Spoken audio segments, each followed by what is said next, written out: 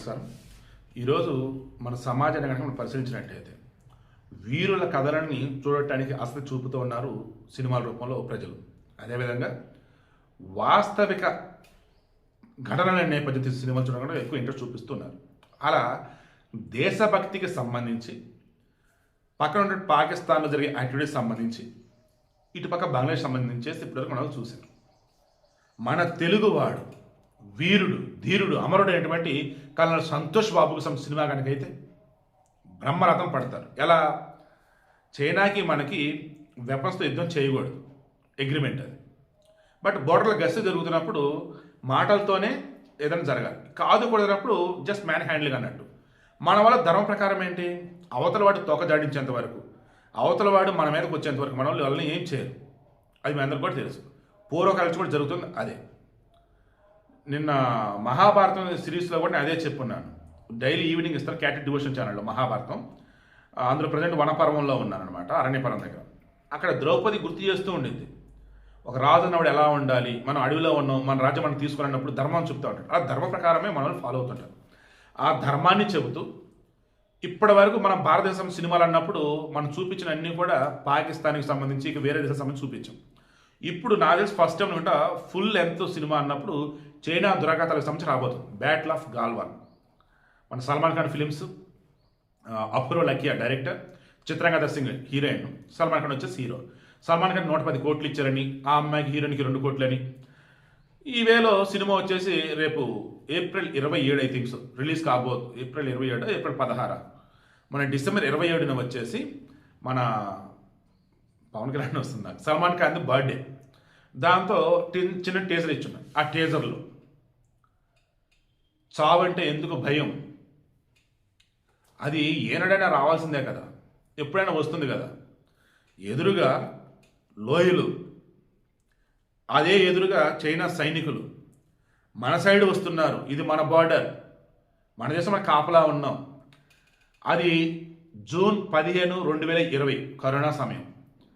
ఈతను వచ్చేసి మన కల్నల్ సంతోష్ బాబు వచ్చేసి 16 బీహార్ రెజిమెంట్కి సంబంధించి కమాండింగ్ ఆఫీసర్గా ఉన్నారు.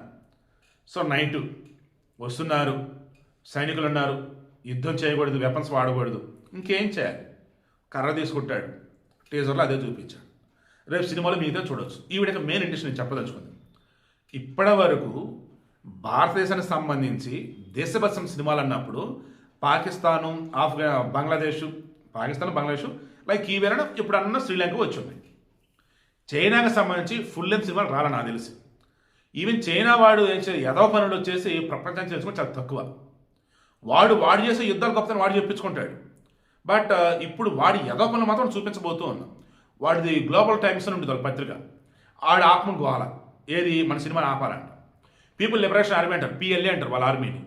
వాళ్ళు వచ్చేసి మేము ఏ తప్పు చేయలేదు, ఇప్పుడు మా గురించి తప్పుగా చూపించొద్దని వాళ్ళు. మా సెంట్రల్ గవర్నమెంట్ చెప్పింది అది cinema, battle of Galwan cinema. And కళాకారులు మేము ఆపలేము. మీరు మీ గొప్పతనం అలాగే చెప్పుకుంటారు, మేము మా గొప్పతనం చెప్పుకుంటాం. మా సంతోష్ బాబు వీరుడయ్యా, మహావీర చక్ర పురస్కారం అందుకున్నాడయ్యా. వాళ్ళ ఆవిడకి వచ్చేసి ఇప్పుడు డిప్యూటీ కలెక్టర్గా ఉన్నారయ్యా, గ్రూప్ 1 ఆఫీసర్ అయ్యా, వాళ్ళ పిల్లలు ఉన్నారయ్యా.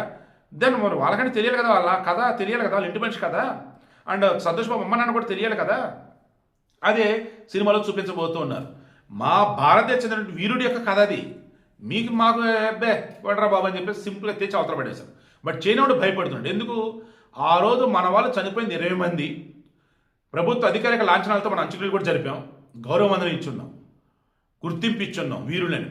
చైనా వాడు ఎంతమంది చనిపోయారంటూ లెక్క చెప్పకపోగా సంవత్సరం అయిన తర్వాత వాడు చెప్పింది 5 చచ్చిపోయారని చెప్పారు.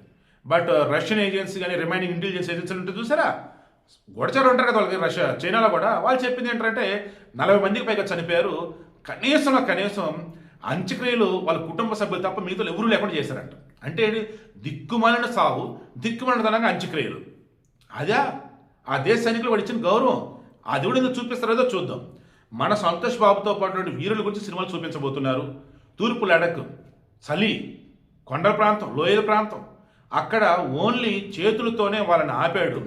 చైనా లాంటి తేడాగాలని మనోళ్ళు చేతులతోనే ఆపగలిగి ఉన్నారు. ఆ వేలోనే మనోళ్ళు కొట్టిన దెబ్బలకి 40 మంది చచ్చారు వాళ్ళు. అంటే ఇక ఆలోచించుకోండి సినిమా ఏ రేంజ్లో ఉండబోతుంది. రేపు ఏప్రిల్లో రిలీజ్ కాబోతుంది సమ్మర్ కానుగా. ఇప్పుడు టీజర్ రిలీజ్ చేసిన తర్వాత చైనోడు అలలాడిపోతున్నాడు. వాడు భాగవతం అంతా ఇప్పుడు ప్రపంచం అంతా ఎక్కడ తెలుస్తుందో ఏంటో అని చెప్పేసి. నిజంగా పరమ ఎదవండి వాడు. చైనోడు మళ్ళీ అంటాడు, సినిమా ద్వారా మీరు భూభాగాలు ఆక్రమించలేరు, కథల ద్వారా చరిత్రను మార్చలేరు అని అంటాడు. ఓకేరా బాబు ఓకే అని మనల్ని కూడా చెప్పి అవతల పడేశారు. బట్ ప్రపంచం అంతా బ్యాటిల్ ఆఫ్ గాల్వన్ రిలీజ్ అయిన తర్వాత చైనాడు తూ అని వస్తారు చూడండి. వాడు ఎంత ఎదవో పాకిస్తాన్ అనుకుంటాడు, ఈడేవడరా బాబు మనకన్నా పెద్ద ఎదవలా ఉన్నాడు అని చెప్పేసి వాడు అనుకుంటాడు. అవునా కదపు సినిమా రిలీజ్ అయ్యాక మీరే చెప్పండి. Mean while battle of Galwan teaser కన్నా చూసినట్టయితే ఎలా అనిపించింది కింద కామెంట్లో తెలియచండి. మన వీరుడు, మన తెలుగోడు, మన సూర్యాపేట ముద్దు బిడ్డ కల్న సంతోష్ బాబు స్టోరీనే ఈ బ్యాటిల్ ఆఫ్ గాల్వాన్.